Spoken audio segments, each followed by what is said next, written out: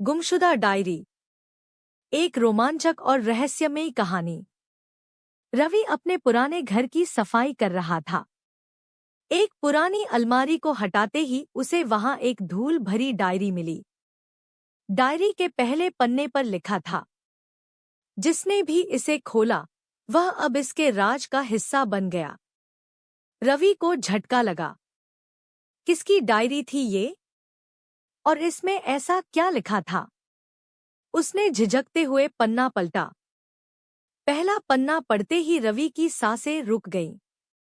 अगर तुम यह पढ़ रहे हो तो मेरी मदद करो, मैं यहां फंसा हूं। पर कोई नाम नहीं था। कौन फंसा था? रवि ने डायरी के अगले पन्ने पलटे। हर पेज पर किसी अनजान शख्स के डर, अकेलेपन और भागने की कोशिशों की कहानियां लिखी थी। रवि को ऐसा लगा मानो यह सिर्फ एक कहानी नहीं, बल्कि सच था। डायरी में आगे लिखा था, मुझे हर रात कोई देखता है। मैं उसकी परछाई महसूस कर सकता हूँ। लेकिन जब पलटकर देखता हूँ, वहां कोई नहीं होता। रवि ने ये पढ़ते ही एक ठंडी हवा महसूस की। उसके पीछे खिड़की के शीशे पर एक धुंधली परछाई दिखी। वह डर से कांप उठा।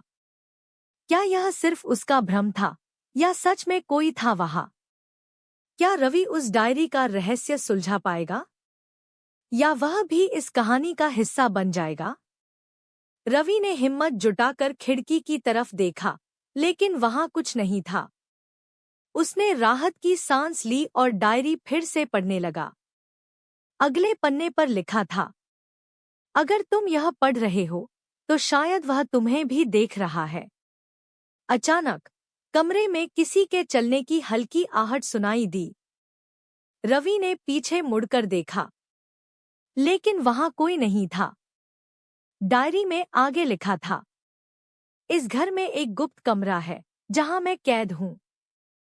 मुझे ढूंढो इससे पहले कि वो मुझे पूरी तरह मिटा दे। रवि को यकीन नहीं हो रहा था। क्या सच में इस घर में कोई गुप्त कमरा था? उसने दीवारों को ध्यान से देखा और अचानक एक दीवार पर अजीब सी खरोंचें दिखीं, मानो उसे बंद किया गया हो। रवि ने हिम्मत करके दीवार को ठोका और वहां खोखली आवाज आई। यह वाकई एक गुप्त दरवाजा था।